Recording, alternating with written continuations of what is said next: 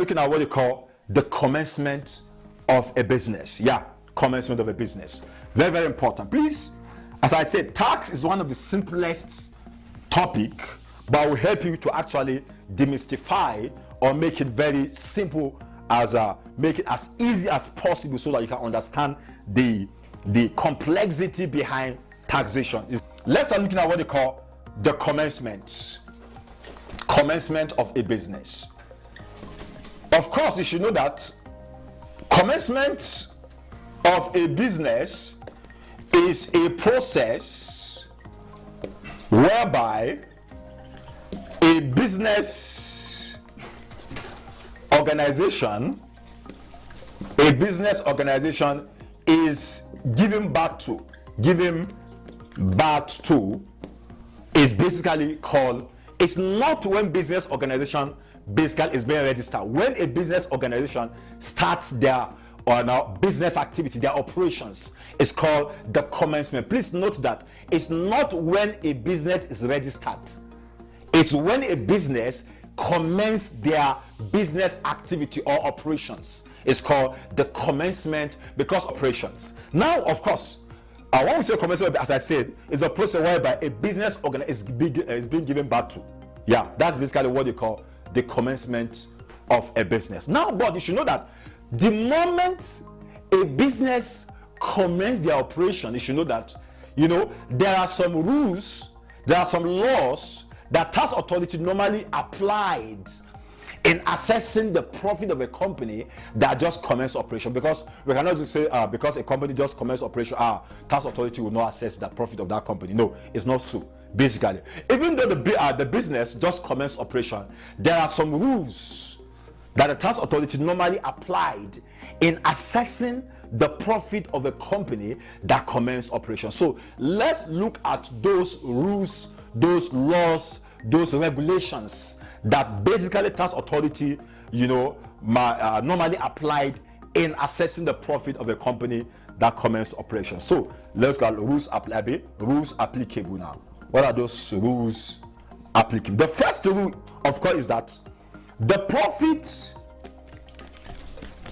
of a company is assessed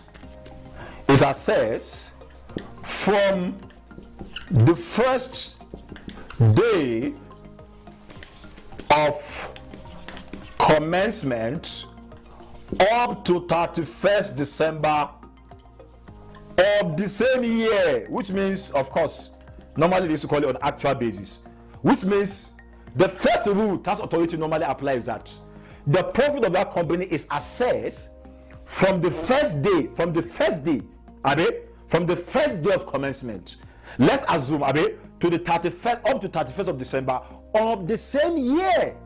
Yeah, of the same year. Like, for example, let's assume ABC Limited basically commenced business on 1st of July 2010, and let's assume that company make up the accounting year or financial year end to 31st of December every. Remember, as I said earlier, that please, the financial year end of company differs, and of course you should also know that the financial year end of a company might not be the same thing with the government fiscal year.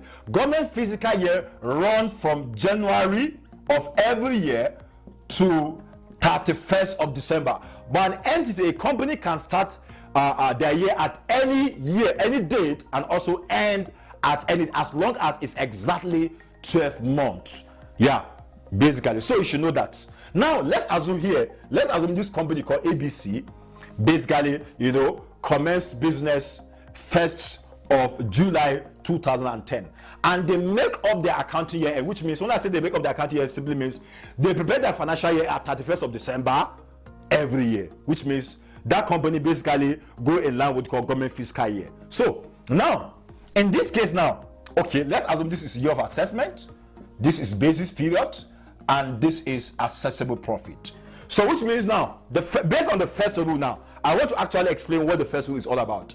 Based on the first rule, says that the profit is assessed from the day of commencement up to 31st of December of the same year. Okay, like here, the first of assessment based on this now. The first of the assessment here is 2010 is the first year of assessment. Then of course now, the basis period here, remember, from the first day of commencement up to 31st of December of the same year. So which means we are going to say, remember this business commenced 1st of July 2010 to 31st of December 2010. Now, any profits that the company generates within this period, it is what we are going to record here as the assessable. That is what the tax authority is going to assess. Any profit the company generates within 1st of July 2010 to 31st of December 2010, it is what the tax authority are going to assess. So, of course, now let me even tell you, a company can even commence business 1st of December 2010, which means based on this we are going to say that of course 2010 is going to be year of assessment. The basis year is going to be 1st of December 2010 to 31st of December 2010. Anytime the company commences their operations, from the day they commence their business up to 30, even if it's 1 month, tax authority will assess that particular profit. So please note that the first rule says that from the first day of commencement up to 31st of December of this piece of the not of the next year, of the same year. That's why we call it the actual. We call it actual. Why? Because that particular profit is assessed in that particular year. Even if a company commenced 1st of January 2010, yeah, we are going to say, of course, year of assessment is going to be 2010. The basis is still going to be 1st of January 2010 to 31st of December 2010. Anytime a company commences operation, we are going to record from that day up to 31st of December in that particular. So that's basically called the there's the first rule on that commencement. The second rule says now that also the profit is assessed from the first day of commencement up to the next 12 months. From the first day the company commenced operation up to the next 12 months, which means that particular profit will be assessed from the first day the company commenced operation up to the next 12 months. Okay, for example, let's look at now this. Let's assume again, looking at this ABC Limited. Let's assume this ABC Limited commence again the operation 1st of July 2010. Yeah, remember we say you have assessment, we say basis period, and also assessable profit. Remember we say the first year of assessment is going to be 2010, which means 1st of July 2010 to 31st of December 2010. You know, that's the first thing.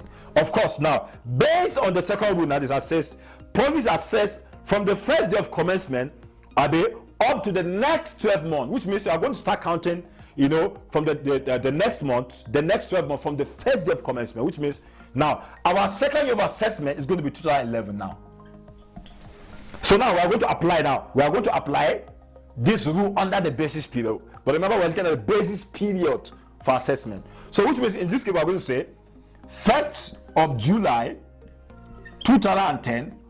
Now the next 12 months, look at here, please. I like please, even in the exam, like just try to be doing something like this. It's going to be helping you. Tax January, February, March, April, May, June, July, August, September, October, November, December. Okay, so let's assume this is 2000 okay, this is 2010, then this is 2011. January, February, March, April, May, June, July, August, September, October, November, December. Okay, remember here in this case, the business commenced 1st of July 2010. Remember, we are computing, we want to calculate from the first day, we want to determine from the first day the business commenced, which is 1st of July 2010, up to the next 12 months. We want to count the next 12 months now. from here. Now, that's been July, August, September, October. Okay, 1, 2, 3, 4, 5, 6, 7, 8, 9, 10, 11, 12, which means 30th of June 2011 is the basis period for the second year of assessment. From the first day of commencement, which is 1st of July 2010 to 30th of June 2011, which means any profit that falls within this particular period, it is what the tax authority will basically assess. Now, please, I know some people will be looking at, okay, why is that, it's like here we're actually assessing the company twice, because from 1st of July 2010 to 31st of December 2010, and again, from 1st of July 2010 to 30th of June 2011, it's as if we are assessing the company. I hope you should know, based on the current finance bill of 2019, I hope you know that these rules basically has been abolished by the Company Income Tax Act. We have actually abolished and removed this kind of assessment now. But you should know that, of course, in your forthcoming exam, you should know that, of course, they're still going to be testing you on the basis of this rule, still not on the new one. But you should know that this particular way of assessing the company that commenced operation basically has been abolished based on the current Finance Bill Act of 2019. Yeah. So now let's continue. So which means the second of commencement says that a business is assessed from the first day of commencement, from the first day of commencement up to the next 12 months. And the next 12 months here, since the company commenced operation 1st of July 2010, the next 12 months is going to be 30th of June 2011. That is that. So that is, I don't know whether it's clear, but that is how to compute for the second rule of that commencement. So let's go to the third rule. Of course, the third, basically we have three rules. The third rule says that the profit of a company shall be assessed on preceding year basis. The profit of a company, that's the third rule of this commencement, the profit of a company shall be assessed on the preceding year basis. Yeah, on the preceding year basis. Now, in that regards, now let's look at now how to do that. Now, remember we say, okay, of course, the first one, let me just recap again. The first rule says that the profits are assessed from the first day of commencement up to the 31st of December of the same year, which is called the actual. Now, the second rule says that the profit is assessed from the first day of commencement up to the next 12 months.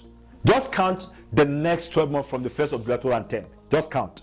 Just say, July, August, September, October, November, December, January, February, March, April, May, June, July. It's going to give you 30th of June 2011. Yeah. So now, as I said now, the third rule, which means the profit of that company will be assessed on preceding year basis.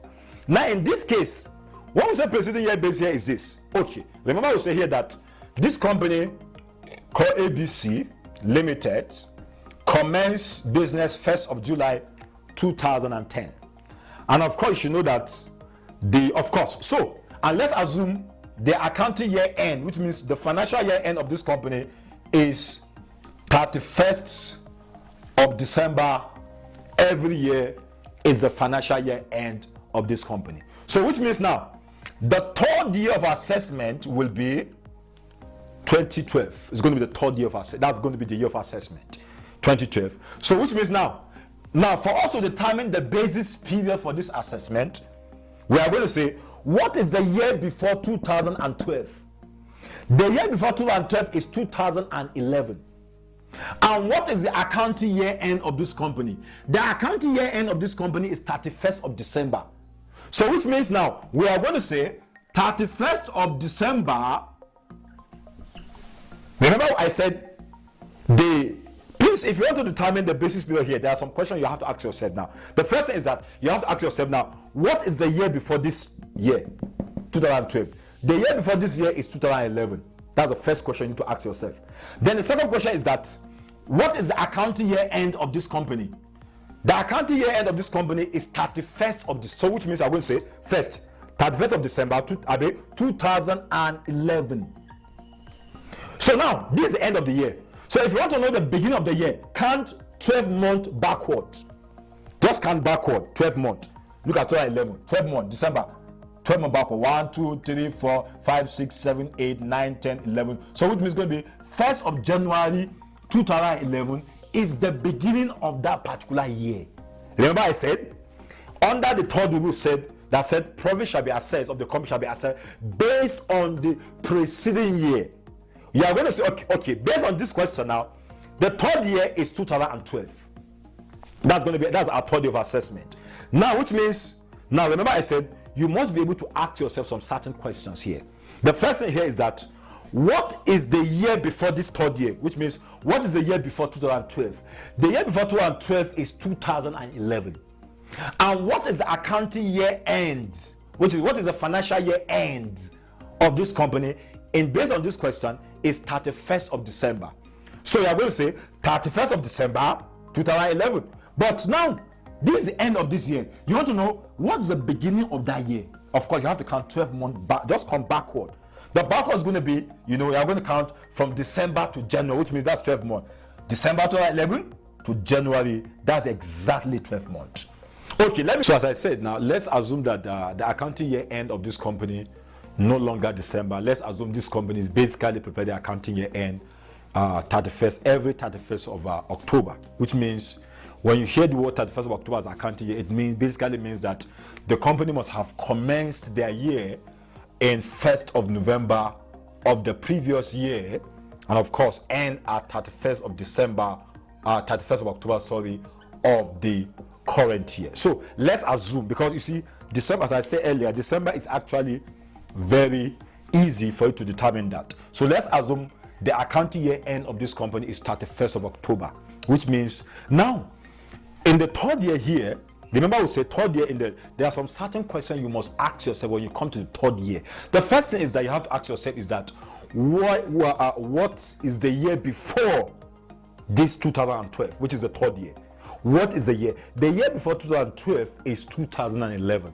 And what is the accounting year end? So remember I said, let's assume that the accounting year ends, let me change it to 31st of October now, is the accounting year end. So which means I'm going to say 31st of October 2011. That is the end of this year. So if I want to know what is the beginning of this year, which means I have to count 12 months backwards to give me 12 months, the beginning of this year. Of course, now let's assume here, okay, please, as I said earlier, try just in your book there. I have, let's assume this is 2010 here, just in working, 2010. And here you have January, February, March, April, May, June, July, August, September, October, November, December. 2011, January, February, March, April, May, June, July, August, September, October, November, December. So in this case now, remember as I said, this is 31st of October 2011. This is October 2011. So let's count backward, 12 months backward to know the beginning of that year, 12 months from October. 1, 2, 3, 4, 5, 6, 7, 8, 9, 10, 11, 12, which means 1st of October 2010, 1st of November 2010 is the beginning of this year. Remember as I said earlier, let's assume the accounting year end is no longer December, it's now 31st of October. Now, of course, in the third year here, I'm going to say the year before 2012. What is the year before 2000? Anytime you come to the third year, under preceding year, you have to ask yourself, what is the year before this 2012? It's 2011. And what is the company's accounting year end, which is 31st of October? So which means 31st of October 2011. Now I want to know what is the beginning, because this period must be 12 months under the preceding year, under the third year. It must be exactly 12 months. So now, since this is the end of the year, I want to know what is the beginning of this particular year. Which means, since it's the end of the year, I have to count backward to know the beginning. Which means you will have to count 12 months backward to know the beginning of this particular period called 12 months. But you see, there's also a easiest way you can actually determine that. If I want to determine the beginning of this year, if I have 31st of October 2011, I'll just say, okay, if you add 1 month to October, in a year. Is it not November? Yeah. So which means I'm going to say 1st of November, not 2010. It's going to be 1st of so not 2011. It's going to be 1st of November 2010. Just add 1 month to this year, you get the beginning of that year. Just add 1 month to October, you get 1st of November 2010. It can't be that year again. Let's assume again. Let me give another example. Let's assume again the account year end is let's assume the account year is 31st of March. Let's assume the account year end is 31st of March. Again, let me give another example. So here in the 3rd year, remember, as I said, the account year end, this is a year end. I mean, this is a commencement. So if the account, remember, we are still in the 3rd year, because this is the area basically people used to have problem in determining the basis period. Now, the year before 2012, remember, as I said, you have to ask yourself, is 2011. Yeah, the year before 2012. And now, what is now based on this? I'm assuming now the accounting year end of this company is now 31st of March. So which means I'm going to say 31st of March 2011. When is the beginning of this period?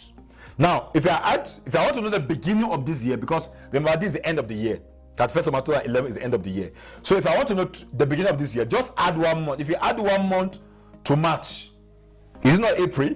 Yeah, just add 1 month to March, April. So which means it's going to be 1st of April 2010. Okay, let's do it. Let's count and see. Let's do the normal counting. Let's assume this is 31st of March. Let's assume this is accounting year end 31st of March now. So since this is 31st of March 2011, so let's count 12 months backward and see. Just look at it. 1, 2, 3, 4, 5, 6, 7, 8, 9, 10, 11, 12. Can you see 1st of April 2010? Remember, we said that the account year ends 31st of March 2011. Okay? So we want to know what's the beginning of that year, which means I have to come backward, not forward. So which means I have to say 1, 2, 3, 4, 5, 6, 7, 8, 9, 10, 11, 12. So instead of doing something like just the moment you come to accounting year, just add 1 month to that particular year end. You get the beginning of that year. So which means if I add 1 month to March, I'm going to say 1st of April 2010 is the beginning of this year. April to, so that's basically how to a kind of compute for the year of assessment, basis period, and the assessable profit of a company under the comment. Remember, as I said earlier, that basically we talk about, our topic here is talking about the basis period for assessable profit of assessment. But generally, we said that earlier, that basically, before tax authority will assess the profit of a company, they must be able, first of all, to determine what is the basis period of that particular profit we want to assess. Remember, as I said, we define what the basis period. We say basically it's like a time within which the assessment is computed, for that taxpayer is computed in order to determine his taxable tax liability.